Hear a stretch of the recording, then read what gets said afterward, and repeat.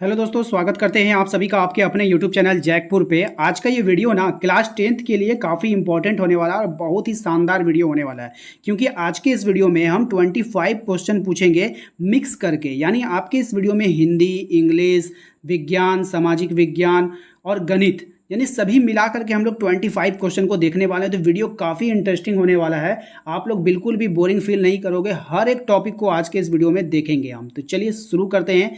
इससे पहले आज के इस वीडियो के लिए, एक प्यारा सा वीडियो के लिए 100 लाइक का टारगेट रखे हैं, तो प्लीज़ आप लोग वीडियो को लाइक करके शेयर जरूर कर दीजिएगा सभी दोस्तों के साथ। यदि आपने अभी तक चैनल को सब्सक्राइब नहीं किया है तो प्लीज़ सब्सक्राइब कर लीजिए, ताकि आने वाली वीडियो का नोटिफिकेशन आपके मोबाइल पर चला जाए। तो चलिए शुरू करते हैं हम, देखते हैं क्या है हमारा पहला सवाल।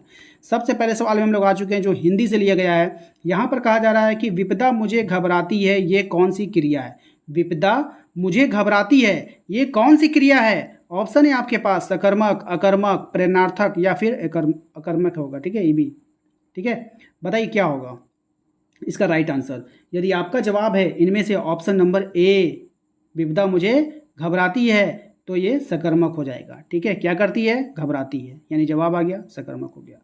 अगला सवाल देखिए क्या है हमारा। नरसिंह में प्रयुक्त समास बताइए। ये जो नरसिंह है, इसमें कौन सा समास का प्रयोग किया गया आपको बताना है। द्विगु, द्वंद्व या फिर कर्मधारय या अवयवी भाव। ठीक है, तो राइट आंसर हो जाएगा इसका ऑप्शन नंबर सी।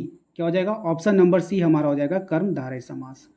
अगला सवाल देखिए क्या है हमारा। मुझे बताओ कि तुम्हारा जन्म कब और कहाँ हुआ था। ये कैसा वाक्य है। मुझे बताओ कि तुम्हारा जन्म कब और कहाँ हुआ था, यानी कि सवाल पूछ रहा है उससे। ये कैसा वाक्य है आपको बताना है। ठीक है, मिश्र वाक्य है, सरल वाक्य है, संयुक्त वाक्य है या फिर उपवाक्य है। तो इसका राइट आंसर हो जाएगा, मुझे बताओ कि तुम्हारा जन्म कब और कहाँ हुआ था। तो ये एक तरह का सरल वाक्य है। ठीक है, ऑप्शन नंबर बी हमारा राइट आंसर होगा। अगला सवाल देखिए क्वेश्चन नंबर 4 में, एकलौता में समास बताइए। कौन समास है, द्वंद्व, द्विगु, तत्पुरुष या फिर कर्मधारय। थोड़ा सा स्पेलिंग मिस्टेक हो सकता है, ये टाइपिंग है। ठीक है, टाइपिंग में, हिंदी टाइपिंग में थोड़ा बहुत मिस्टेक होता है, तो आप लोग इसको नज़रअंदाज कीजिएगा। ठीक है, एकलौता में समास आपको बताना है, तो एकलौता में जो समास होगा वो कौन सा हो जाएगा, द्विगु समास हो जाएगा। ठीक है, नेक्स्ट देखिए क्या है हमारा। निम्न में से कौन गो का अनेकार्थी नहीं है। गो, ठीक है, गो का अनेकार्थी नहीं है, आपको बताना है। गाय, स्वर्ग, दुष्ट या फिर सरस्वती। तो राइट आंसर हो जाएगा इसका दुष्ट। कौन नहीं है, दुष्ट नहीं है। ऑप्शन नंबर सी हमारा राइट आंसर हो जाएगा। क्वेश्चन नंबर 6 पे आते हैं। क्वेश्चन नंबर 6 जो है हमारा इंग्लिश से लिया गया। ध्यान से देखिएगा इन सवालों को।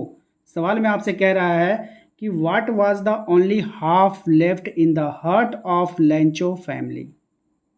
ठीक है, हाफ नहीं होगा, होप होगा। ठीक है, यहाँ पे स्पेलिंग मिस्टेक है, होप होगा, होप है ना। लास्ट उसकी होप किससे थी आपको बताना था। ठीक है, तो आप लोग जैसे ही होप वर्ड बोले तो आप लोगों को समझ में आ गया होगा कि उसको लास्ट होप किससे था, हेल्प फ्रॉम गॉड से। उसको अपने ईश्वर से, अपने भगवान से उसको जो है, उसको उम्मीद था। क्वेश्चन नंबर 7 पे आते हैं। क्वेश्चन नंबर 7 में कह रहा है what is the name of the poet dust of snow. एक डस्ट ऑफ स्नो आपका चैप्टर है, उसका पोएट का नाम आपको बताना है। ठीक है, बताइए इसके पोएट का नाम क्या होगा। तो इसके जो पोएट का नाम है वो हो जाएगा रॉबर्ट फॉरेस्ट। क्या हो जाएगा, Robert Frost. Option number C हो जाएगा। ठीक है, question number, what is the rhyming word scheme of the poem. ठीक है, आपको इसका रैमिंग वर्ड बताना है। क्वेश्चन मेरे अनुसार से इसका जो राइट आंसर होना चाहिए वो होना चाहिए ऑप्शन नंबर ए हमारा। क्या हो जाएगा, ऑप्शन नंबर ए हमारा राइट आंसर हो जाएगा। याद रखिएगा सभी। ठीक है, नंबर आते हैं अब हम लोग 9 पे। क्वेश्चन नंबर 9 में आपसे कह रहा है how does Nelson Mandela define the meaning of courage. इसका मीनिंग आपको बताना है किस तरह से डिफाइन किया गया था। तो राइट आंसर हो जाएगा इसका option number A, triumph of fair. ठीक है, ऑप्शन नंबर ए हमारा राइट आंसर होगा, याद कर लीजिएगा। अगला सवाल देखिए क्या है हमारा। Where is ceremony take place. Ceremony का आपको प्लेस बताना है। वेयर इज, वेयर इज नहीं होना चाहिए यहाँ पे, वेयर डिड होगा। ठीक है, सही कर लीजिएगा इसको, where did ceremony take place. ठीक है, क्या होगा, ऑप्शंस आपके सामने है। रॉक स्टोन, ठीक है, सैंड स्टोन या फिर ग्लास स्टोन। बताइए क्या होने वाला आंसर। तो इसका जो राइट आंसर हो जाएगा ऑप्शन नंबर बी हो जाएगा आपका। ठीक है, सैंड स्टोन। ठीक है, याद रखिएगा सभी। इंग्लिश का काम हो गया। अब आते हैं हम लोग किस क्षेत्र को द्वितीय क्षेत्र माना जाता है, यानी कौन सा जो क्षेत्र है हमारा द्वितीय क्षेत्र कहलाता है, वो आपको बताना है। सेवा, कृषि, उद्योग, कौन सा क्षेत्र हमारा द्वितीयक क्षेत्र कहलाता है? तो जो हमारा उद्योग होता है जिसमें फैक्ट्रियाँ लगती है ना, वो हमारा द्वितीयक क्षेत्र कहलाता है। प्राथमिक आपको पता है, प्राथमिक किसको कहते हैं? कृषि में। अब आप हमें बताइएगा कमेंट बॉक्स में कि तृतीयक क्षेत्र किसे कहते हैं, ये कमेंट करके हमें बताइए आप लोग, ठीक है? जल्दी से बताइए। क्वेश्चन नंबर 12 पे आते हैं। क्वेश्चन नंबर 12 में आपसे कह रहा है कि भारत में सेवा क्षेत्र को मान्यता कितने भागों में बांटा गया? मान्यता नहीं होना चाहिए, मुख्यतः होगा, ठीक है? यहाँ पे मुख्यतः कितने क्षेत्रों में बांटा गया है, ठीक है? स्पेलिंग बहुत मिस्टेक हो रहा है, उसके लिए आप लोग को से क्षमा चाहते हैं, ठीक है? भारत में सेवा क्षेत्रों को मुख्यतः कितने भागों में बांटा गया है? 2, 4, 6 या फिर 8, ठीक है? तो राइट आंसर हो जाएगा ऑप्शन नंबर ए, यानी कि 2 क्षेत्रों में बांटा गया है, ठीक है? याद रखना है। अर्थव्यवस्था के आर्थिक क्रियाओं को कितने भागों में बांटा जा सकता है? जो अर्थव्यवस्था है उसकी आर्थिक क्रियाओं को कितने भागों में बांटा जा सकता है? 2, 3, 4, 5। तो इसका राइट आंसर हो जाएगा ऑप्शन नंबर डी, हमारा 5 आंसर हो जाएगा, ठीक है? याद रखिएगा। क्वेश्चन नंबर 14 पे आते हैं। क्वेश्चन नंबर 14 में आपसे कह रहा है यदि मुद्रा हमारी अर्थव्यवस्था का हृदय नहीं तो रक्त प्रवाह आवश्यक है, ये कथन किसका है? प्रोफेसर मार्शल का है, क्रॉथर का है, प्रोफेसर हॉटले का है या फिर ट्रेस्कोट का है? तो राइट आंसर हो जाएगा ऑप्शन नंबर डी, ट्रेस्कोट, ठीक है? ऑप्शन नंबर डी हमारा राइट आंसर है। क्वेश्चन नंबर 15 पे आते हैं। क्वेश्चन नंबर 15 में है प्राचीन काल में किस धातु का मुद्रा के रूप में सर्वाधिक प्रयोग हुआ था? तो प्राचीन काल में किस धातु का प्रयोग हुआ था? चांदी और सोने का। यानी कि प्राचीन काल में जो लोग जो थे ना, जो मुद्रा जो बनाते थे, तो सोना चांदी का सिक्का बहुत बनाया जाता था, ठीक है? राजा महाराजा लोग सोना चांदी के सिक्के ही बनाते थे। अगला सवाल देखिए क्या हमारा, एक छात्र जांच प्रश्नावली लिए सोडियम बाइकार्बोनेट के तनु विलयन में सार्वभौम सूचक की कुछ बूंदें मिलाता है तो निम्नलिखित में से कौन सा रंग दिखाई देगा? नीला, हरा, नारंगी या फिर पीला?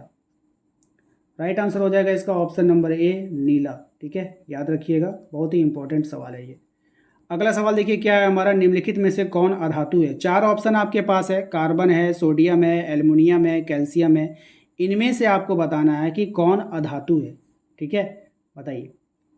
तो इसका सही जवाब हो जाएगा आपका यहाँ पे कार्बन। बाकी के सभी क्या है? धातु है, लेकिन एक कार्बन जो है वो अधातु है।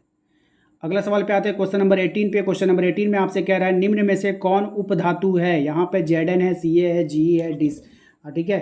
आपको बताना है कि कौन यहाँ पे उपधातु है। C4 कार्बन हो जाएगा, ठीक है? तो राइट आंसर हो जाएगा जर्मेनियम। क्या हो जाएगा? जी, ठीक है? इसको याद रखना है सभी को। क्वेश्चन नंबर 19 पे आइए। क्वेश्चन नंबर 19 में आपसे कह रहा है कोई धातु ऑक्सीजन के साथ अभिक्रिया कर उच्च गलनांक वाला यौग निर्मित करता है या यौगिक, यह यौगिक जल में विलय है, यह तत्व क्या हो सकता है? यह यौगिक जल में जो विलय है, यह क्या हो सकता है? कैल्शियम है, कार्बन है, सिलिकॉन है या फिर लोहा है? बताइए। तो इसका राइट आंसर हो जाएगा ऑप्शन नंबर ए, कैल्शियम हो जाएगा। याद रखिएगा सभी कोई। अगला सवाल देखिए क्या है, सोडियम कार्बोनेट का अणुसूत्र आपको बताना है। तो सोडियम कार्बोनेट का जो अणुसूत्र है NaHCO3, यानी ऑप्शन नंबर बी हमारा हो जाएगा, ठीक है? क्वेश्चन नंबर 21 पे आते हैं। क्वेश्चन नंबर 21 में आपसे कह रहा है कि एक्स स्क्वायर का शून्यक क्या होगा? एक्स स्क्वायर माइनस 11 का शून्यक बताना है, यानी गणित से सवाल है ये आपका। देखिए ये जो ऐसे कर दिया है, हम इसको क्या कर सकते हैं ना, जैसे कि x square minus root under 11 का स्क्वायर करेंगे तो इसका मतलब 11 होगा, ठीक है? क्योंकि रूट 11 गुना रूट 11 अगर करेंगे तो 11 आ जाएगा, तो हम इसको लिख सकते हैं रूट 11 का स्क्वायर। 11 को क्या लिख सकते हैं? रूट 11 का स्क्वायर। अब देखोगे ये एक फॉर्मूला बन गया ए स्क्वायर और माइनस बी स्क्वायर का। तो ए स्क्वायर माइनस बी स्क्वायर का जो फॉर्मूला होता है, एक बार प्लस में एक बार माइनस में, तो 1 प्लस एक्स प्लस रूट 11 और एक बार बनेगा x plus x minus root 11, ठीक है? तो ये बराबर 0 के बराबर हो जाता है। तो जब आप इसका शून्यक निकालिएगा तो एक्स प्लस 11 रूट 11 बराबर 0, यानी एक्स बराबर हो जाएगा, एक बार माइनस में 11 आएगा रूट का, और इधर वाला जब आप बनाओगे एक्स माइनस रूट 11 बराबर 0, तो इसका एक्स का जो वैल्यू आएगा वो पॉजिटिव में आएगा रूट 11। तो एक बार माइनस में एक बार प्लस में, याद रहेगा, एक बार माइनस में आ रहा है आंसर, एक बार प्लस में आ रहा है आंसर, ठीक है? तो यहाँ पर देखिए माइनस में तो प्लस में रूट वाला ये वाला है, ऑप्शन नंबर डी हमारा राइट आंसर हो जाएगा। ओके, नेक्स्ट सवाल पे आते हैं भाई। क्वेश्चन नंबर 22 पे आते हैं। क्वेश्चन नंबर 22 में आपसे कह रहा है कि निम्न में से किस द्विघात बहुपद के शून्यकों का योगफल तथा गुणनफल -10 है? यानी निम्न में से कौन सा ऐसा द्विघात बहुपद है जिनके शून्यकों का योग तथा गुणनफल जो होगा वो जो होगा -10 होगा, ठीक है? इस सवाल को हम लोग लास्ट में करेंगे, पहले हम लोग जो छोटे सवाल है उनको देख लेते हैं, बाद में इसको हम लोग डिटेल में अच्छे से समझेंगे, ठीक है? पहले आ जाते हैं क्वेश्चन नंबर 23 पे। क्वेश्चन नंबर 23 में आपसे कह रहा है बहुपद एक्स स्क्वायर 2x माइनस 8 का शून्यक आपको बताना है। इसको भी हम आपको डिटेल में बताते हैं, ठीक है, कॉपी पे बताएंगे, आपको अच्छे से समझ में आएगा। क्वेश्चन नंबर 22, क्वेश्चन नंबर 23 आप लोगों को डिटेल में करवाते हैं। द्विघात बहुपद, इसका शून्यक निकालना है। ये भी उसी तरीका से है, आप लोगों को पता है, सेम टू सेम बना लीजिएगा जैसा आप लोगों को वो वाला बताए थे, √11 वाला। एक्स स्क्वायर है और 3 को हटाना है, √3 का स्क्वायर कीजिएगा।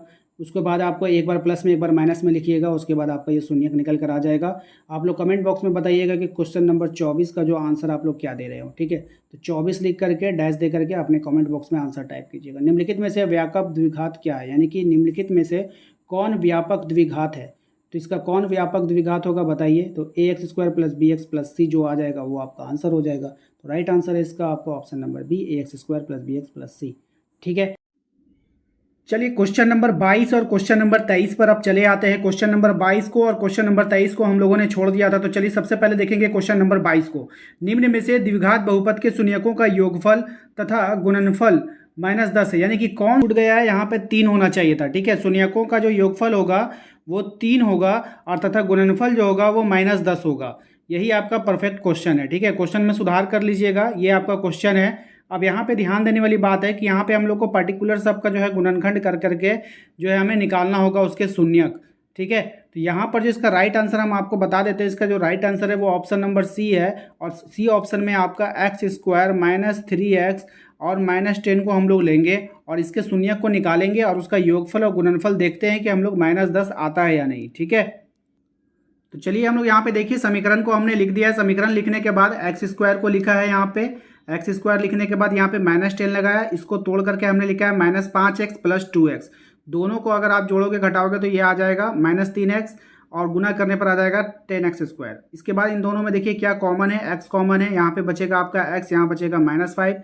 इन दोनों में क्या मिल रहा है, +2 मिल रहा है, तो यहाँ पे आपका x बचेगा और यहाँ पे आपका -5 बचेगा। इसके बाद हम लोग करते क्या है, इसके बाद हम लोग को एक यहाँ पे मिल जाएगा और एक हमारा x + 2 हो जाएगा। दोनों को 0 के बराबर करेंगे, शून्यक निकालेंगे। जैसे ही आप इसका शून्यक निकालोगे x - 5 = 0, x = 5 आ जाएगा और x + 2 = 0 और x = -2 आ जाएगा। देखिए इन दोनों शून्यकों का जो योग होगा तो वो कितना आ रहा है, 3 आ रहा है ना।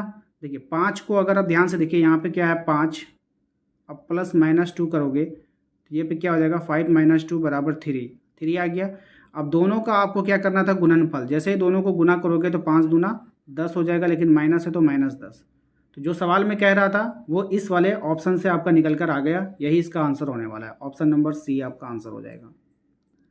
अब आते हैं क्वेश्चन नंबर 23 पे। क्वेश्चन नंबर 23 में कह रहा है कि बहुपद है आपका एक्स स्क्वायर -2x -8 का शून्यक निकालना है। 2 शून्यक आपको बतानी है, क्या होगा इसमें से आपको बताना है। तो चलिए इसका शून्यक को निकालते हैं और आंसर देते हैं।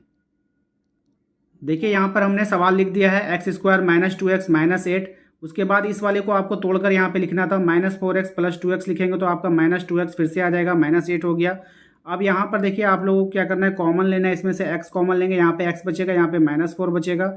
इसके बाद यहाँ पे हमने 2 + 2 का कॉमन लिया तो यहाँ पे सिर्फ x बचा और यहाँ पे -4 बचेगा।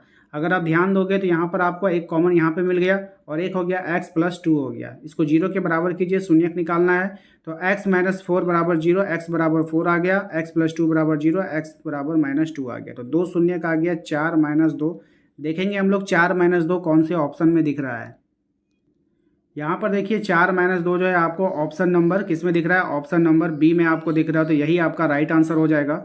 तो उम्मीद करते हैं कि आप लोगों को आज का ये वीडियो पसंद आया होगा। वीडियो पसंद आया तो प्लीज़ वीडियो को लाइक कर दीजिएगा। चैनल पे पहली बार आए तो सब्सक्राइब जरूर कीजिए, बेल आइकन को प्रेस कर लीजिए ताकि आने वाली हर एक वीडियो का नोटिफिकेशन आपके मोबाइल पर चला जाए। मिलते हैं अगले वीडियो में। Thank you.